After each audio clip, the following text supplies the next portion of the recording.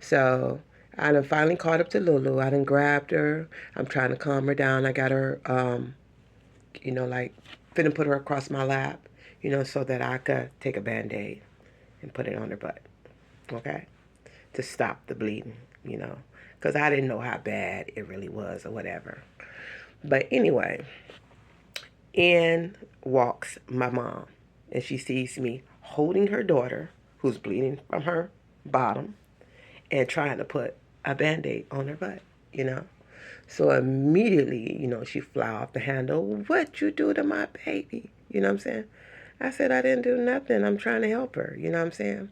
So she had us go upstairs. So we went upstairs, and this was towards Renzel's room, okay? And so my mother, she questioned me about what had happened. What did you do to her? I didn't do nothing. Renzo cut her butt, and I was putting a Band-Aid on it, you know? So all of that because she's in a heated mode or whatever, because, Renzo done went to get her, and all she see is her baby experiencing trauma, and she thinking this as a result of me. And like I just told y'all, I just gave y'all a little backdrop about myself. I was a chronic masturbator. So now her baby is bleeding from her bottom, and she's assuming I touched her, which I did not, okay? So she asked Lulu, she said, did Trina hurt you? And Lulu crying, she said, no. She said, well, did she make you mad or hurt you yesterday? Trying to pick for a reason, an excuse to put her hands on me. That's what she was doing. So Lulu was like, no, for the first one. And then when she said that second question as a kid, she said, huh, I don't know. Yeah. You know what I'm saying? And my mother was like, okay, that's all I need. Now, y'all go. And she shimmied them on out the room or whatever. So my mother went and she got her belt.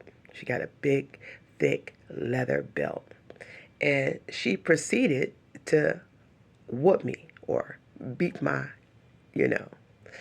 So she was in the midst of whooping me. And as a kid, what I experienced was my angel wrapping his wings around me to protect me.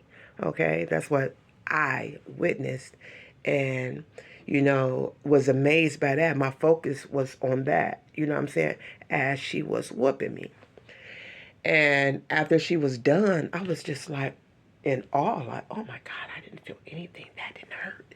You know what I'm saying? Because my angel had protected me from the trauma of it. So I thought. So then my mother, in her anger, said, go lay down, get in the bed, and you better not get up. The only thing you can do is go use the bathroom and get your butt back in the bed. So now I done just got my butt spanked, okay? I have asthma. So I laid down, and the trauma of laying down from the spanking and all of that, fluid built up in my lungs, okay? And my left lung collapsed. I didn't get up to get no water or to eat or none of those things. So I immediately, because I don't know, my body weird or whatever, but I was dehydrated. I got severely dehydrated. I felt myself weaken. I felt myself dying, after days of just laying down like that. I think this was around like the Easter holiday or something like that. But anyway, I was in a weakened state. I eventually got up out the bed and I walked to the hallway, the steps. And I sat at the top of the steps and I looked down, saw my mother, she was sweeping or whatever. And I saw, kid's mind, I saw what appeared to be stairs leading up to heaven, you know. So I spoke to my mother and I said, Ma, I just want you to know that I forgive you. I said, but I'm finna go to heaven and be with God, you know. And so me saying those words, she freaked out, screamed and cried, and she ran to go get her Bible, and she instantly started praying, okay? She called up her mother and her stepfather so that they could take her and me to the hospital, okay? So we went to St. Vincent Charity Hospital, and when we got there, they confirmed to her that that I had a collapsed lung, I have pneumonia, and that my veins was severely shrunken. And if I closed my eyes, her baby was going to die. So keep my eyes open. That's what they kept telling her. While they worked on getting me transported to Rainbow Babies and Children Hospital where they could assist me better. So my mother, tearful, crying, hurt because she realizing what she did to me, not really meaning to cause harm. You know what I'm saying? Because, we have spoken about this. But she was just apologizing to me, and she was trying to speak to me and make me aware that, please, baby, don't leave me. I'll do whatever you need me to do, or, stuff like that. I said, well, me and my young mind, I want to learn how to crochet. I said, will you teach me? And she said, yeah, baby, please just don't close your eyes. So I said, okay, you know. So they end up getting the ambulance and they rushed me to Rainbow Babies and Children Hospital. They got me up to a room and now they had to look for a vein. They tried to prick me, my arms. At first they couldn't get it. So now at this time my grandmother, her mother, and Johnny was there and my mom. The chaplain had came up. The chaplain was praying over me and reading me my last rites, and they wanted to grant me my last wish in the event things turned for the worse or whatever. So now they're still trying to get a vein to get so they could get fluids in me. So they had to go behind my right ankle bone just to get an IV in me. So me as a little kid and all of this trauma, all these things is happening to me, looking out, there was nothing there that was symbolic of love to me except looking at my grandfather Johnny. My grandmother, no, she wasn't that person because as a little kid, she was horrible, okay? My auntie Jackie, like I said, she was away because she had just had her baby. And my mother, she was not in a favorable spot with me during that time. So after they got the IV in me, they asked me, what do I want? I said, I want to speak to my father because I wanted to tell what she had done to me. But there was no way for them to get in contact with my father, being that he was in a federal prison, okay? So my mother um, gave them Preston's information. And that's who they called. They called him in prison because he was in a state prison or whatever. They got him on the phone. Now, when Preston got on the phone, I'm thinking it's my dad on the phone, because I was just to spill the tea, okay? But Preston, he encouraged me to fight, made me aware of how much he loved me, you know what I'm saying? And, just fight, you know? And he told him I loved him back, and they hung up the phone. You get what I'm saying? So they granted this little girl that final wish, or so they thought. So after all of that, I whispered for my mother to come here. I said, now get my real daddy on the phone. And she just cried and she said, no, baby, I'm sorry, I can't get your daddy on the phone. You know what I'm saying? Okay. But I feel I feel like the most unloved person in that room at that time.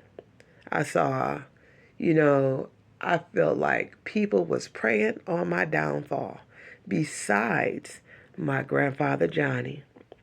My grandfather Johnny, my auntie Jackie, and my grandma Lulu, those was the three people for me as a young person that knew loved me unconditionally without a doubt. Period. Okay. I didn't know my mother's love. not as a young person. That didn't take place until I got older.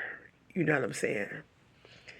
And got to understanding roles of people versus who they truly are. You know what I'm saying? That's why I was able to forgive her for a lot of instances in my life. But that's another story. We're going to stay the course on this story, okay? So I'm fighting for my life. My brother, oh my goodness. You done almost got me killed. You know what I'm saying? For something you did just for being a mischievous little boy, you know? So, he was on my shit list. And I'm going to say that, my shit list. Even though I love my little brother. Okay, so they wheeled me to a room, you know what I'm saying?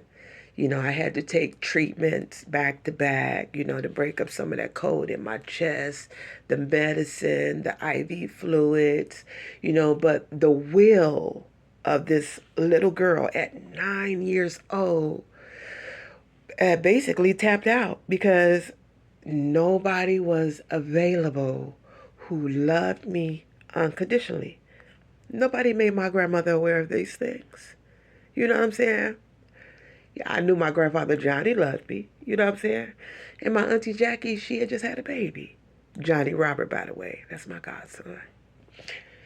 So I'm in the hospital fighting for my life. You know what I'm saying? But without that will. You know what I'm saying? And the doctor saw it. Like, it was times I would pick up the phone not knowing my telephone number, or a telephone number, just dialing random numbers on the phone, trying to get my grandma Lulu. You know what I'm saying? And the nurse was like, oh no, you can't use the phone. They just canceled that out for me. You know what I'm saying? So I can't get in touch with my grandma. I can't get in touch with my daddy. You know what I'm saying? My auntie Jackie not there. It was just like, whatever. I laid there like, whatever, waiting to go be with God. That's where I was at 9 years old. And by the grace of God, he sent the angel in my direction. So there was this young woman. She had to be in her early 20s. She had very short hair, but she had these beautiful eyes, these big baby doll eyes. She looked like an owl to me. You know what I'm saying? And this woman came to talk to me. And she said, baby, she said, you're not going to die. You know what I'm saying? You're going to get better. And she got to pointing out the patients that was also in the room with me and just making me aware of what they was battling. This one has this one's going through that, you know what I'm saying? This one's going through that. No, that's not your story. You're going to live. So she had me to get up out the bed with that little pole that got the little IV bag on it and stuff like that. And she had me walk down the hall with her. She wanted to take me on a little walk, right? So as we walking down the hallway, she's pointing out to me patients in other rooms and just making me aware of what they're battling and what they're going through. All the while she's leading me like down the hall to the elevators or whatever. Because she's actually taking me downstairs to a different floor where the other kids are who are also in the hospital, and now they're a little bit more active, you know what I'm saying? So you're getting ready to go home. So she wanted to show me the special room, okay? So she took me down there, and they was playing, what's that, paddle ball or table ball or whatever, when you hit the little ball on the table back and forth to each other or whatever. So somebody was doing that, and she asked that person if I could join her in the game.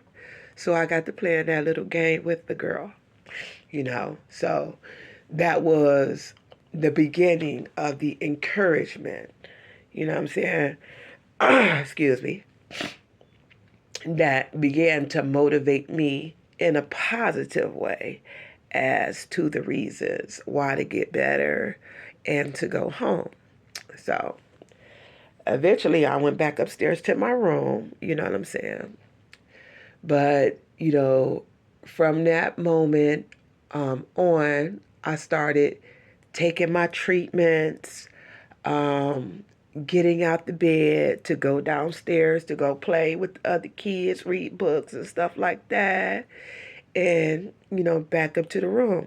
So eventually, the nurses they called and they made my mother aware of my progress. So she came up to the hospital to see me, you know, just to just to inspire me and stuff like that. And then to make me aware that my brother misses me and stuff like that, and that he's sorry and all of that. I was like, okay, my brother, all right. You know what I'm saying? Just encourage me to fight a little bit more. So I did that. You know what I'm saying? To get back home to see my little brother. So I got better and I was released. You know, I came home. I actually came home. It was Tony's birthday by now, my cousin Tony, and he was having a birthday party. I remember them bobbing for apples inside of a fish tank. But I was so frail. I was so pale. You know what I'm saying? But, my coming home was also a part of his celebration or whatever, his birthday party. So I was walking towards my brother. I remember it was like, Renzo, there go your sister. You know what I'm saying?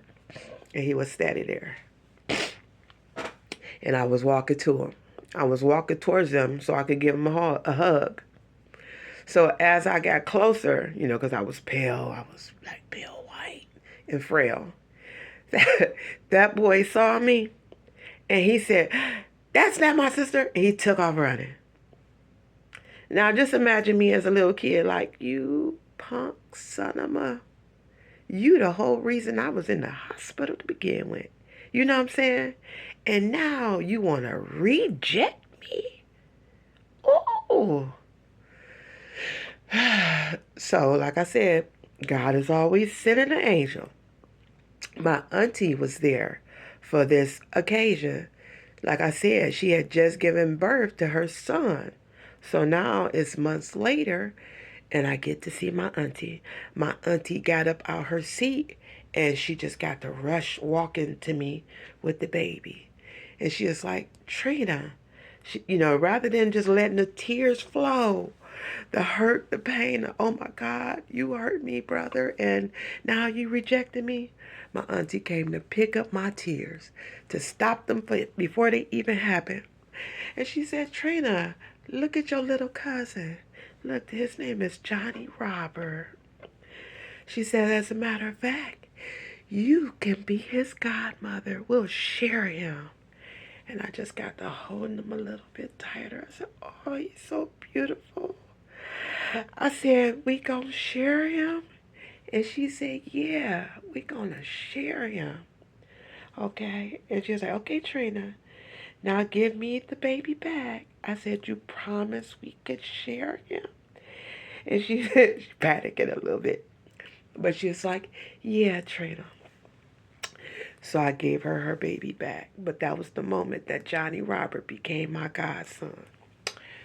Okay, so after all of that, the next day, my brother, as a peace offering, this little boy, he knew I was a fan of Michael Jackson. So what he did was, I don't know if y'all remember, little Tyrell and, Aaron them used to stay right around the corner from where we stayed at. And he had a little sister named Ebony and stuff like that. They had just bought her that Michael Jackson doll. My brother stole it. He stole it and he gave it to me as a peace offering.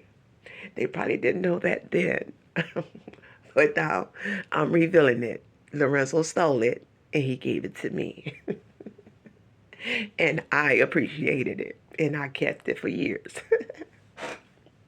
Yes. So that is my trauma story.